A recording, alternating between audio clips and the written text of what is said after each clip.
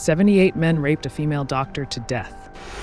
At a hospital, the police discovered the lifeless body of a female doctor lying motionless on the floor, completely naked. Even more shocking is that she wasn't murdered in the usual way, but had endured the brutality of 78 men who gang raped her to death. Even more terrifying, the perpetrators showed no remorse for their actions, brazenly challenging the police force.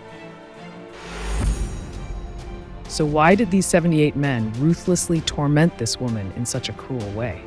And how will they pay for their unforgivable crime? Join us as we dive into the details of this case in today's video. This is a true crime case adapted in a 2D style.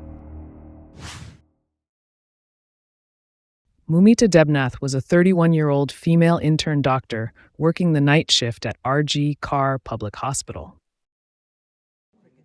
Before starting her evening shift, she had dinner with some colleagues and then intended to rest a bit in the meeting room before continuing her work. However, worried about her father's health, Mumita called her mother to check in and remind her father to take his medication on time. But just a few hours after hanging up, between 3 a.m. and 6 a.m., Mumita became the victim of a horrifying sexual assault. For hours, she was brutally gang raped by 78 men. This horrific torture led to her tragic death. When the police arrived at the scene, they found Mumita Debnath's lifeless, naked body lying cold in the third-floor meeting room of the hospital where she worked. According to the autopsy report, Mumita endured brutal blows from the group of attackers. Her glasses were shattered, and shards of glass had pierced deep into her eyes, causing excruciating pain. But that wasn't all. Her body bore numerous other injuries. Mumita's entire body was covered with bruises and wounds. Particularly, her mouth, abdomen, and genital areas showed severe bleeding, indicating that she had been subjected to extreme torture in her final hours. Mumita's head was also savagely beaten, causing many serious injuries.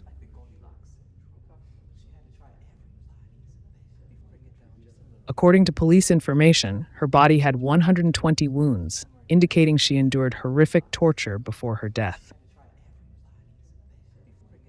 Forensic experts also confirmed that Mumita had been gang raped and tortured to death. Even more horrifying, the autopsy revealed that approximately 150 milliliters of semen was found inside Mumita's body.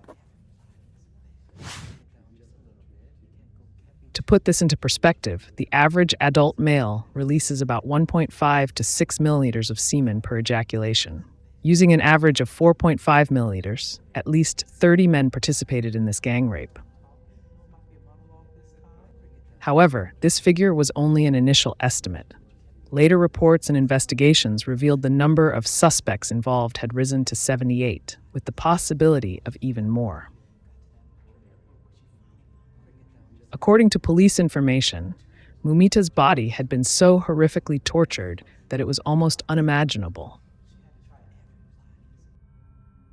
The marks on her body indicated that she endured savage and painful torture before she passed.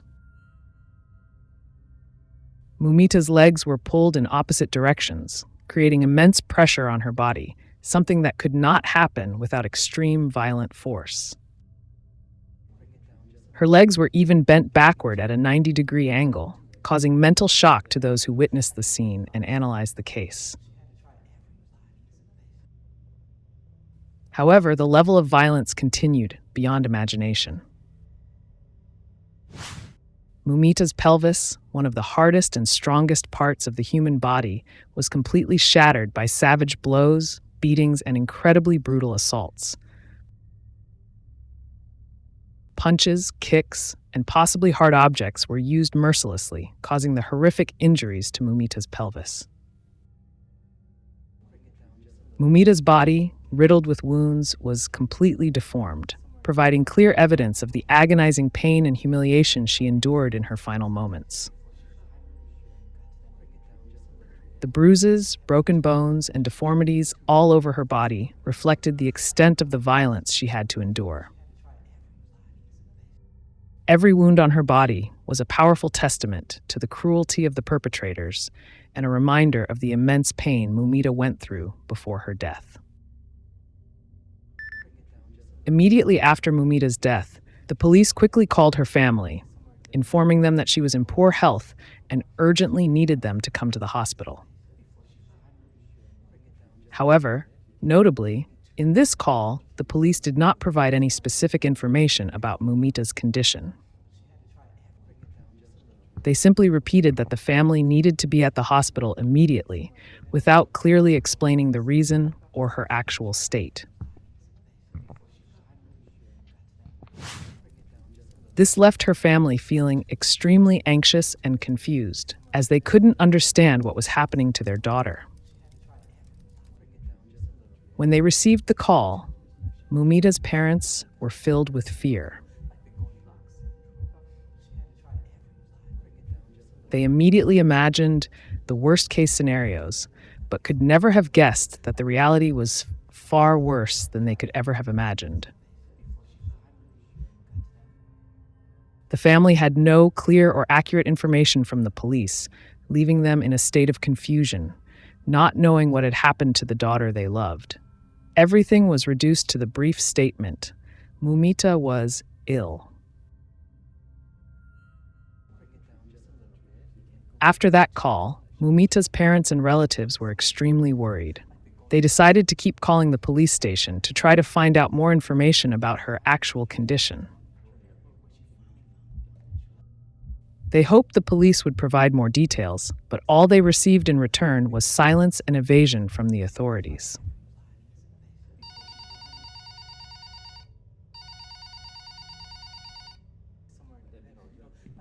Only after the family persistently called and pushed for information did the police finally reveal more details.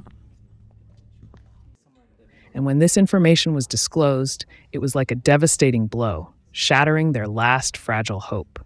The police coldly announced, "Your daughter committed suicide." This shock pushed Mumita's family into complete devastation. They couldn't believe what they had just heard. The daughter they loved, cared for, and pinned all their hopes on was gone. And the way they learned the truth was so cruel and lacking in compassion. The family not only faced the pain of losing a loved one, but also endured the deep feeling of abandonment and emotional harm from those who were supposed to protect and help them during the hardest moments. The sense of loss felt even heavier as they realized that Mumita didn't just leave them, she died under tragic and painful circumstances. The lack of clear information from the police added to the family's anguish, and they began to doubt the truth behind their daughter's death. Meanwhile, other investigative units of the police discovered a crucial clue at the scene: a discarded Bluetooth headset.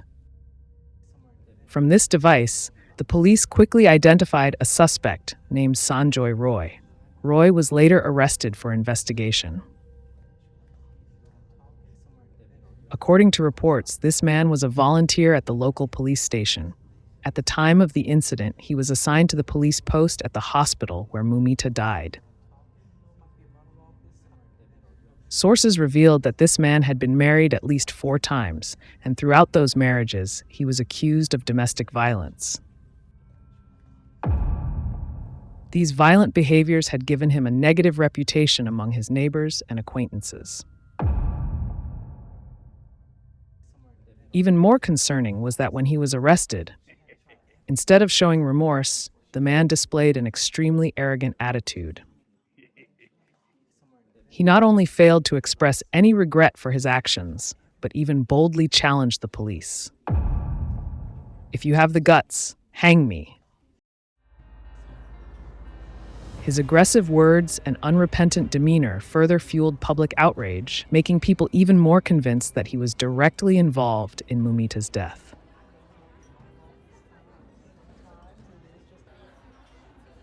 On August 18th, the suspect's mother shared in an interview with reporters that she deeply regretted giving birth to her son. She tearfully said, "I wish I could turn back time. I truly regret giving birth to this child. Please kill me. Maybe if I die, everything will end, and I won't have to bear this pain anymore." Her desperate words showed the immense sorrow and burden the family had to endure due to her son's cruel actions. Meanwhile, after the Indian government announced a compensation of 1 million rupees for the victim's family, Mumita's case seemed to have no significant progress. Although the compensation amount seemed large, for Mumita's family, the loss of their daughter was something that could never be measured in material terms. In their overwhelming grief, Mumita's parents shared that losing their only daughter had completely devastated them. Their daughter was not only their pride, but also the family's sole hope. Her mother tearfully said, "I'm 62 this year, and all the dreams I once held have now vanished. My daughter is gone, and my world has crumbled." The heart-wrenching words of Mumita's parents were a testament to the immense loss they had to bear. The daughter they loved deeply, whom they had poured all their efforts into raising and educating, was no longer with them. Every hope for a bright future with her, the pride they felt watching her grow and succeed, had been snatched away in the cruelest way. Though the government promised compensation, it could never ease the deep sorrow of these grieving parents. Material compensation could not replace the justice they sought.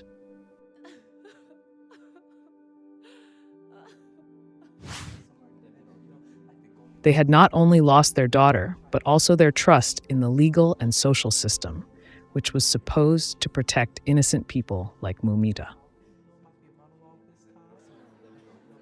In the eyes of her friends, Mumita was always an excellent student with outstanding academic achievements and a gentle, kind personality. After graduating with a bachelor's degree in medicine, she received offers from 2 prestigious medical schools. Ultimately, she chose to attend R.G. Carr Medical College, the place where a cruel fate took her life, right where she had placed all her future dreams and ambitions.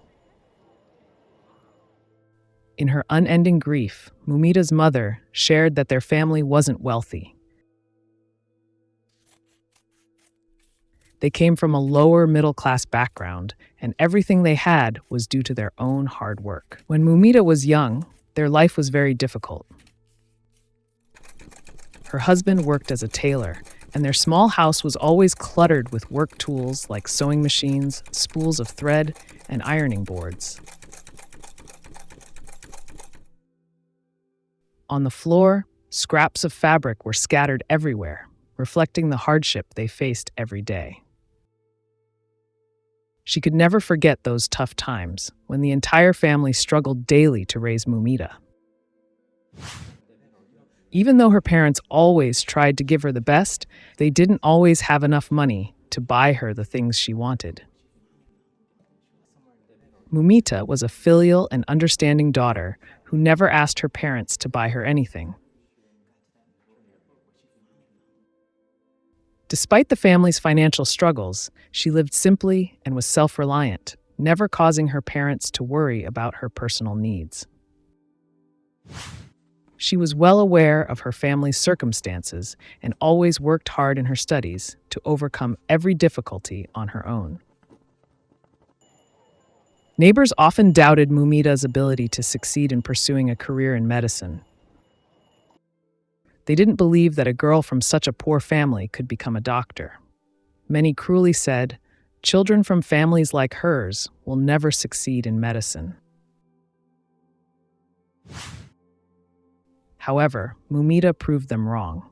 Through her hard work and determination, she was accepted into a prestigious public medical school, something not everyone could achieve.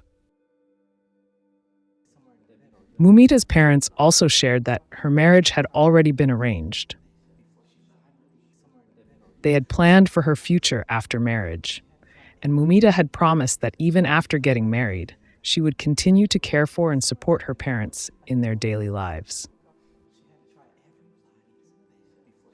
She always thought about her responsibility to her family and wanted to repay the sacrifices her parents had made for her. However, a cruel fate stole away her chance to fulfill those dreams and promises. Those heartless individuals coldly and brutally ended her life, leaving behind an unending sorrow for her loved ones. On the other hand, Mumita's case quickly shocked the public and garnered widespread attention from all sectors of society. The shock and outrage were not only felt by ordinary citizens, but especially from the medical community. Doctors across the country couldn't stay silent as they witnessed one of their colleagues being murdered in such a savage manner. Mumita's case was not just a personal tragedy, but a symbol of the lack of safety that healthcare workers face every day. For the medical community, this was the last straw, clearly showing that their safety was not being ensured and that the government needed to take stronger measures to protect those who dedicate their lives to public health. Shortly after the incident spread, over 300,000 doctors took to the streets in protest, creating a powerful wave of opposition across the nation. They not only expressed their absolute support for Mumita, but also demanded justice for her and all other healthcare workers. Numerous hospitals, both large and small, had to temporarily cease operations as doctors staged a massive strike. This demonstrated their determination to pressure the government into making necessary changes to protect those working in the medical field. Doctors, holding banners and slogans, demanded that the government take decisive action to prevent violence in their workplaces. They emphasized that not only patients need protection, but healthcare workers also deserve safety while performing their duties of saving lives. Protesters called for a stronger security system in hospitals and stricter laws to punish violent acts against medical staff. The strike captured the attention of society, creating significant pressure on the government and authorities. The doctors were fighting not only for their own rights, but for a fair healthcare system where the safety of those who save lives is a top priority. They demanded that the government not just make promises, but take immediate action with clear and specific measures to ensure that tragedies like Mumita's would never happen again. After the protests surrounding Mumita's case erupted nationwide, the situation grew more chaotic when some extremist elements began carrying out acts of retaliation and disorder at hospitals. These individuals not only targeted medical facilities, but also directly opposed those fighting for the rights of healthcare workers and women. Many medical facilities became the targets of organized vandalism. In some hospitals, windows were smashed, medical equipment severely damaged, and the work environment descended into panic. Worse yet, these extremists didn't stop at destroying property. They sought to suppress and silence the voices of those fighting for justice. They targeted female doctors, nurses, and others participating in the protests, especially women who bravely spoke out for protection and justice for Mumita.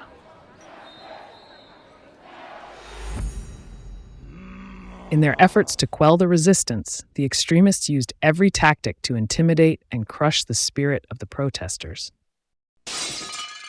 They believed that by damaging medical facilities and weakening the protests, they could silence those demanding justice. However, despite the attempts at sabotage and suppression, the medical community and women's rights advocates did not back down. Healthcare workers, especially female doctors and nurses, continued to speak up. They understood that this was not just a fight for an individual, but a battle for the entire system to protect the lives and safety of all healthcare workers and women in society. The acts of vandalism only strengthened their resolve to demand a more just system, where human rights and dignity were not violated. This chaotic situation underscored the urgent need for the government to act quickly and forcefully to address the root causes of violence against healthcare workers and women. The protests were not just a call for justice for Mumita, but an urgent plea to protect those who dedicate themselves to the health and safety of the community. While the protest movement aimed to push the government to take stronger measures against violence and sexual assault, the reality showed that rapes in India continued to occur daily, in every place and at every time. The victims of these crimes were not only women, but also children and even animals. One shocking case involved a goat being raped, sparking widespread outrage in society and highlighting the severity of this problem. Her death was not only a loss for her family, but also a tragedy for the entire community. A young woman full of potential, who had overcome so many challenges to achieve success, had her life stolen by cruel and inhumane actions.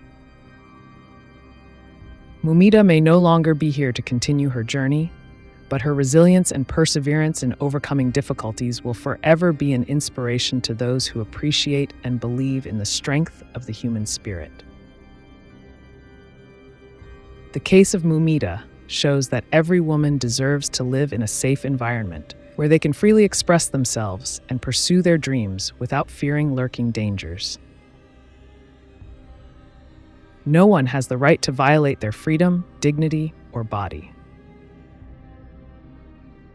To build a just world, we need to come together, raise awareness, and protect women's rights, so that every girl can confidently walk her path without facing threats or violence. Next, please follow the case: the mysterious death of the beauty queen who had an affair with her husband's brother. On the night of April 6, 1979, at a remote highway tunnel, two aircraft engineers hurriedly pulled over when they discovered the blood-soaked body of a woman tied to the seat of a white Fiat 125. The victim died while still strapped in her seatbelt, having been stabbed multiple times. It wasn't difficult to identify her as John Pereira Sinapa, the beauty queen of Malaysia.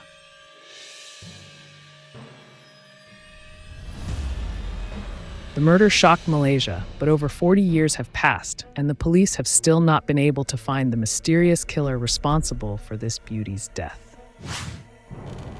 This story is not a work of fiction, but is based on a real case filled with gruesome and dramatic details. Join us on a journey to uncover the truth behind this crime. Before diving into today's story, don't forget to subscribe to our channel so you won't miss any of our latest videos. On the night of April 6, 1979, a quiet night at a remote highway tunnel about 5 kilometers from Sky Park Airport, a thick fog blanketed the entire area.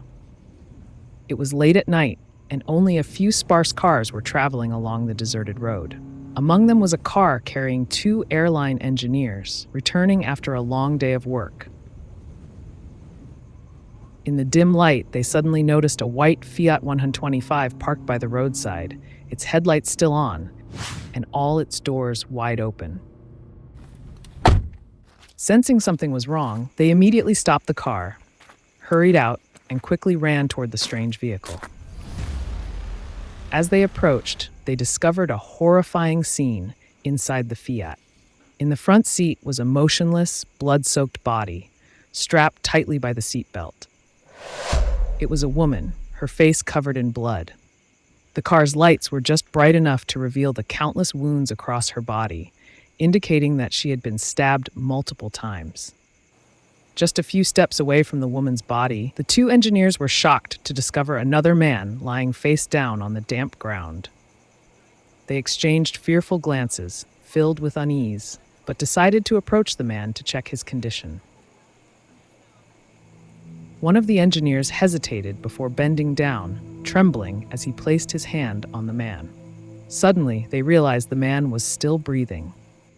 There were no visible wounds on him, and even more strangely, the man was mumbling something that the two engineers couldn't understand. The two quickly helped the man sit up. His body was limp, his eyes glazed over, as if he had no clear awareness of what was happening around him. The engineers decided to immediately call the police to report the murder they had just witnessed. They stood there waiting for the authorities to arrive, wondering what horrific event had taken place in this desolate spot.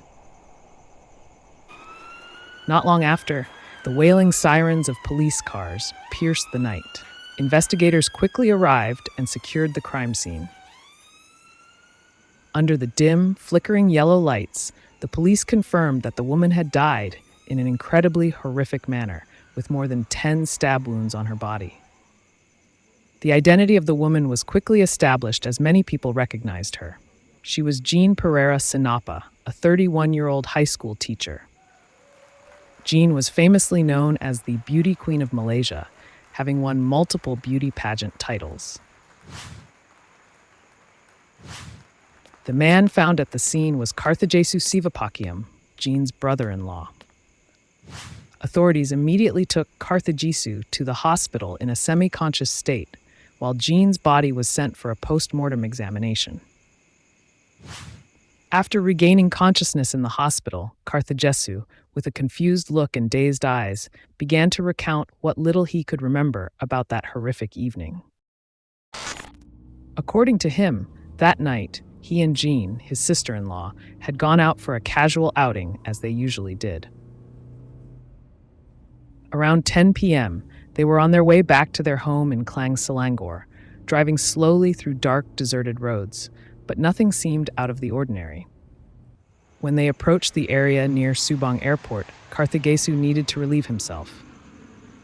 He decided to pull the car over to the side of the road, unaware that this decision would place both of them in grave danger. Just as Karthajesu was addressing his personal need, a sudden feeling of unease washed over him. And before he could react, an excruciating pain struck him at the back of his head. The blow was so strong that he collapsed instantly. He couldn't comprehend what had just happened before he lost consciousness completely. Karthajesu recalled that Jean was still seated in the car, completely unaware of any looming danger. When the police asked what happened after he was struck, all he could do was shake his head in despair. Karthajesu insisted that from the moment he was attacked until he woke up, he had no idea what had transpired. He couldn't identify who attacked him, nor could he shed any light on what had happened to Jean during those horrific moments. The police were left with a perplexing question. What exactly happened to Jean while Karthajesu lay unconscious on the ground? Jean's autopsy results revealed that she had been viciously attacked with over 10 fatal stab wounds. 2 severe wounds to her chest and abdomen led the police to believe that the assailant had acted with clear intent to end her life. Additionally, there were 4 deep cuts on her arms, which could be evidence that Jean had fought back in a desperate attempt to defend herself before being overpowered. The remaining wounds were scattered across her body, painting a gruesome picture of the brutal attack she endured. Recognizing that this was a deliberate murder, the police quickly launched an investigation. However, the case proved to be far more complicated than it initially appeared. Gathering evidence was so challenging that it took them 4 months just to piece together enough clues to identify the real culprit. At the scene, the only surviving witness was Carthagesu, Jean's brother-in-law. This fact alone made him the prime suspect in the eyes of the police. Carthagesu was known to be a gentle, patient, and kind-hearted teacher. According to those who knew him, it was hard to imagine him as the perpetrator of such a heinous crime. But the complex details of the case made the investigators suspicious of him. The first detail that raised questions was Carthagesu's condition when he was found at the scene. Though he claimed he had been attacked from behind with a heavy object, there were no visible injuries on his body. Meanwhile, Jean had suffered fatal stab wounds, a clear indication that she had been brutally attacked. How could Carthagesu have escaped unharmed in such a savage assault, while Jean was repeatedly stabbed? Moreover, Carthagesu's testimony was riddled with inconsistencies. He claimed that he had exited the car to urinate when the attack occurred, yet the police found no trace of urine around the scene. This raises questions about the authenticity of Carthagesu's testimony. The case becomes more mysterious and unpredictable as layers of truth are gradually peeled away. Despite his constant insistence that he was not involved in the death of his sister-in-law, Jean Pereira Sinapa, the details of the case led investigators to suspect Carthagesu Sivapakiam. Was he truly innocent? Or was he the one behind the tragic death of the former beauty queen of Malaysia? The investigation took an even more complicated and suspicious turn when the police discovered that Carthagesu and John were not just simply brother-in-law and sister-in-law. The two were central figures in a relationship far more complex than what they appeared to display on the surface. Jean had been married to Sinapa Sivapakiam, Carthagesu's younger brother. They had a happy and peaceful marriage with 3 children together. Then, on New Year's Eve in 1978, tragedy struck. Sinapa tragically died in a horrific traffic accident, leaving Jean a widow at the age of 30, along with 3 young children. The sudden death of her husband sent Jean into a deep pit of despair. The overwhelming grief nearly broke her, and there were many times when it seemed she might never recover. But for the sake of her children, Jean resolved to push through and find peace for her family. After Sinapa's death, Jean and her 3 children moved in with her mother-in-law and Carthagesu, the brother-in-law who had always cared for the family following the death of his younger brother. Living under the same roof seemed to offer Jean some comfort. Though the pain of loss had not faded, Carthagesu's care and attention toward her and her children helped Jean feel less alone. His gentle inquiries and thoughtful support made the grieving widow feel warmth and security. But Carthagesu's concern wasn't simply that of an older brother caring for his sister-in-law. Even before his brother's death, Carthagesu had secretly harbored feelings for Jean. He loved the beautiful and gentle woman, though he had to conceal those feelings behind the mask of a dutiful brother-in-law. However, once they were living together, those emotions were no longer just hidden feelings. Carthagesu began showing more overt signs of his affection for Jean, and gradually, the emotions he had kept suppressed for so long grew stronger. At first, Jean felt uncomfortable and confused by the special attention from her brother-in-law. She knew that their relationship could not easily be accepted, as it had only been a short time since Sinapa's death, and Carthagesu was still her husband's brother. The boundaries of family, the notions of right and wrong, and her moral duties all made Jean hesitate. But Karthagesu, with his persistence and subtlety, continued to persuade her. He told Jean that her husband had passed and that she had every right to seek happiness for herself. He assured her that their relationship was pure and there was no reason why they couldn't pursue a future together. Slowly, Jean was convinced by his sincerity and determination.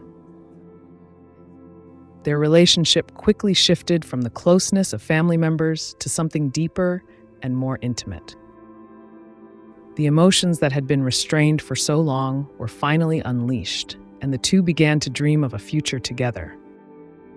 Karthagesu decided to propose to Jean, and she agreed. They planned a wedding, and both families had already given their blessing to their relationship.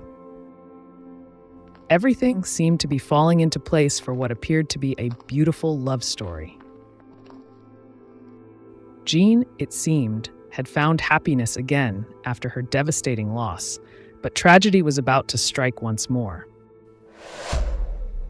When Jean was murdered, her relationship with Karthagesu was still unfinished. The wedding they had planned would never happen now. Although the investigators found it difficult to accept the relationship between Karthagesu and Jean as brother-in-law and sister-in-law, they couldn't help but feel some sympathy for the man, seeing the profound grief he was experiencing. The police tried to console him and suggested visiting their home in Klang to search for more clues that might help solve the case. Karthagesu, without hesitation, immediately agreed. However, when they arrived at the house, the police stumbled upon a shocking secret, one that even Karthagesu had no idea about. After carefully searching every corner of the house, the police unexpectedly found a series of love letters hidden in the drawer of Jean's bedroom. These letters were full of affection and passion, written with burning emotions, not for Karthagesu but for another man, a foreign doctor named Narada Warnasurya. In a few of the letters, Narada even mentioned the idea of marrying Jean. When Karthagesu discovered these letters, he was utterly shocked, as if struck by lightning. The woman he had loved and trusted had been harboring such a huge secret. The bitter truth became clear. While living with Karthagesu, Jean had secretly been involved with another man, and he had no idea. After reading through the letters, the police realized that this case was not simply a regular murder. They began to wonder, did Karthagesu really not know about the existence of these letters? Could the love triangle between Karthagesu, Jean, and her secret lover Narada have been the cause of Jean's death? Karthagesu, who had initially received sympathy from the police, now became a suspect with a clear motive: jealousy and betrayal. Jean had met Dr. Narada Warnasurya at an event held at YMCA Brickfields in 1978 during his visit to Malaysia on a business trip. At first, their meeting was merely a social exchange, but unexpectedly, it became the beginning of a long, illicit affair, crossing all moral boundaries.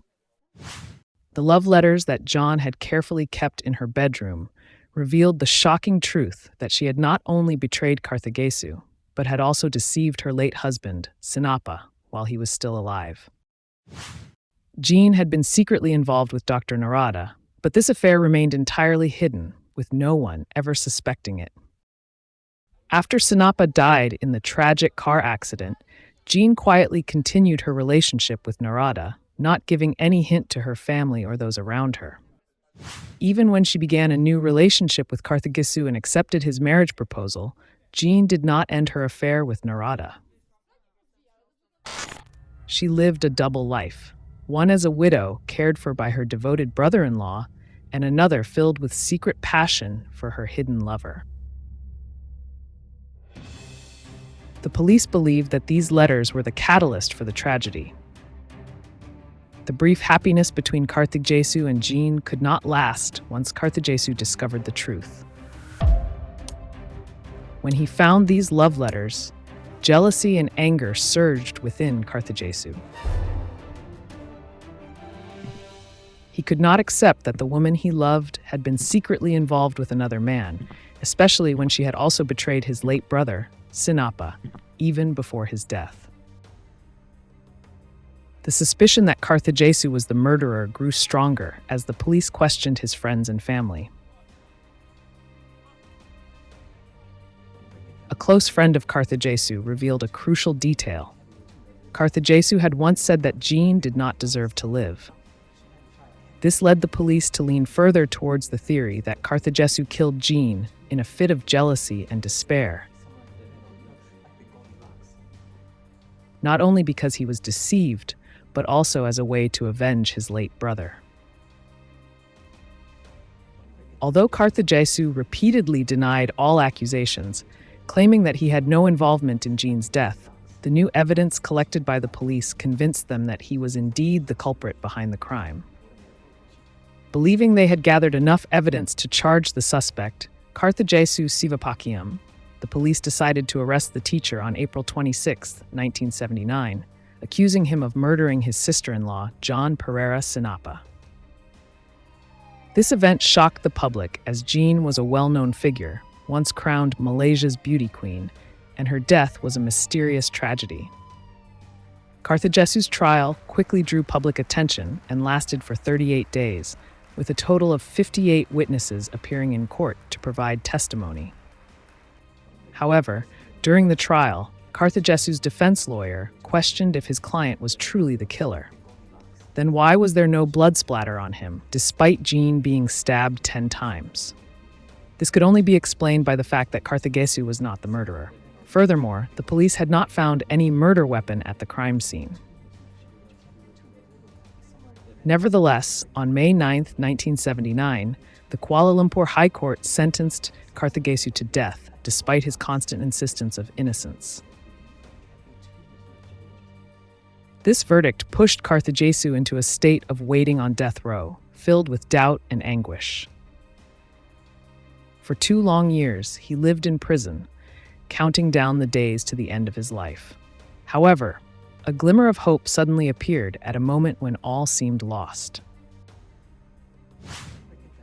Karthikesu's friend, who had previously testified that Karthikesu had said Jean did not deserve to live, unexpectedly came forward and retracted his earlier statement. This person confessed that he had lied and that Karthikesu had never said such a thing.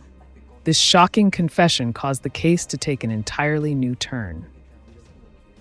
The judge, faced with the new testimony, had no choice but to reconsider all the previous evidence and investigation. Ultimately, due to a lack of direct and concrete evidence, the court was forced to dismiss all charges against Karthikesu.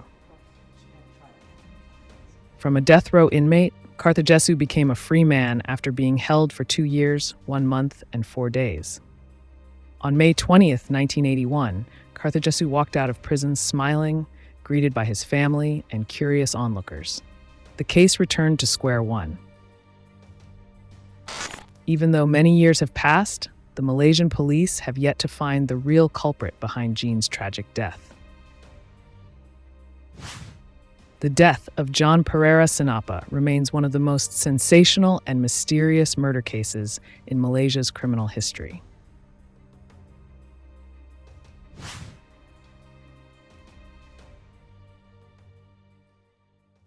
Thank you for listening to today's crime story. Don't forget to hit like and subscribe to catch more gripping cases on our channel.